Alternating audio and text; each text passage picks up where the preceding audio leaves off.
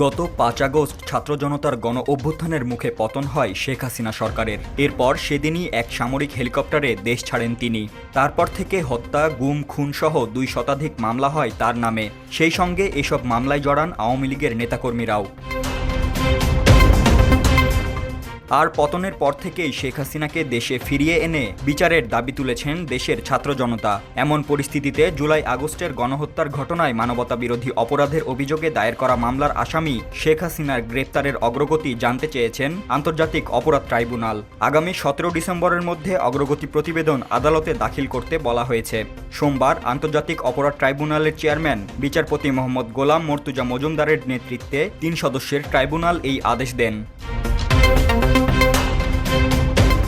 এর আগে শেখ হাসিনার বিরুদ্ধে মামলার তদন্ত শেষ করতে আদালতে সময় প্রার্থনা করেন chief prosecutor Mohammad Tajul Islam. Tribunal এই সময় জানতে চান শেখ হাসিনা কোথায়। তখন তাজুল ইসলাম বলেন, ৫ আগস্ট গণ অভ্যুত্থানের দিন শেখ হাসিনা পালিয়ে গেছেন। তিনি বলেন, আইনশৃঙ্খলা বাহিনীর মাধ্যমে আমরা জানতে পেরেছি শেখ হাসিনা বর্তমানে ভারতে অবস্থান করছেন। ইন্টারপোলের মাধ্যমে শেখ হাসিনাকে ফিরিয়ে আনতে পদক্ষেপ নেওয়া হয়েছে। এছাড়া ভারত ও বাংলাদেশের মধ্যে যে বন্দি বিনিময় চুক্তি রয়েছে সেই চুক্তি অনুযায়ী শেখ হাসিনাকে ফিরিয়ে দিতে ভারতকে অনুরোধ করবে সরকার।